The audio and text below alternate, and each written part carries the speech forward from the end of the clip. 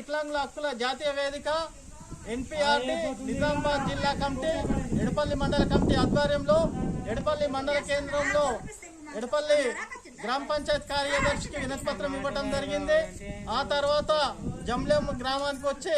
జంలేం గ్రామ పంచాయత్ కార్యదర్శి లేకపోతే కార్మికుడికి వినతి పత్రం ఇవ్వడం జరిగింది. ఆ తర్వాత జైతాపూర్ లో గ్రామ పంచాయత్ కార్యదర్శికి వినతి పత్రం, అట్లాగే అంబేం గ్రామంలో వినతి పత్రం, ఎడపల్లి మండలంలో ఉన్నటువంటి 4 గ్రామాలలో వినతి పత్రాలు ఇచ్చినాం. ప్రధానంగా వికలాంగులకు 6,000 పెన్షన్ పెంచాలని, వితంతులకు వృద్ధులకు 4,000 పెన్షన్ పెంచాలని, రాష్ట్ర ప్రభుత్వము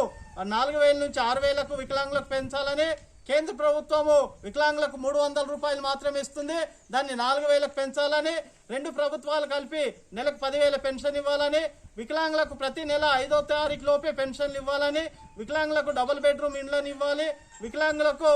ఇండ్ల స్థలాలు ఇవ్వాలా, వికలాంగులకు ఉద్యోగ అవకాశాలు కల్పించాలా, తదితర సమస్యలన్నీ పరిష్కారం చేయాలని కేంద్ర రాష్ట్ర ప్రభుత్వాన్ని వికలాంగుల హక్కుల జాతీయ వేదిక ఎన్పీఆర్టీ నిజామాబాద్ జిల్లా కమిటీ ఎడపల్లి మండల కమిటీ తరఫున డిమాండ్ చేస్తున్నాం.